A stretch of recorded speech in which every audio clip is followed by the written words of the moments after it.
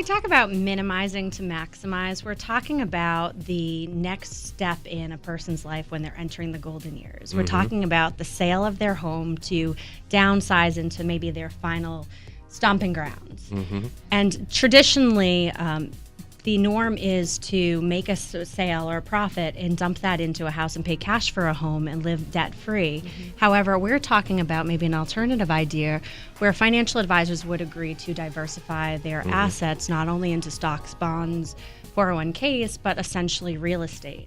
So when we talk about minimize to maximize, we're saying instead of taking all of your cash flow from that sale, why don't we dump 20% into your primary residence purchase, keep the enough liquid assets aside to maximize your other investments. And when I'm talking about investments, investing that and leveraging that into multifamily investment properties where you can earn passive income and also have an asset that will appreciate over time. Fortunately, we are a team and we work as a concierge to our clients where we can offer property management companies where they can maintain the property, they can manage the rental income coming in. You're working close with the real estate professionals so that we can really take the risk and that nervousness and responsibility out of it. Emilio, are multifamily homes in demand? Is there a need for that?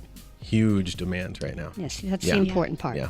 Because with the stock market, you don't know where it's going. It's up and it's down. Yeah. But this is a steady demand.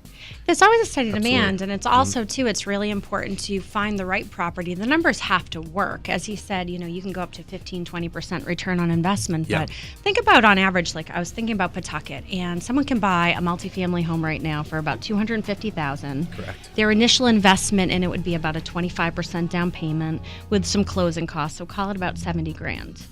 Their average fair market rent's about $1,000 for a 3-unit. $1,000, sometimes more. So, I mean, your mortgage payment's going to be close to $1,500. You're bringing in $3,000 for passive, income. So you're left with a $1,500 a month profit essentially each month, where you can take that, help leverage your other bills, or reinvest that into maybe stocks and bonds or other investment properties. And that $1,500 you mentioned as a number, that includes taxes, insurance. And what about property management fees? That's all included in that 15% return on investment.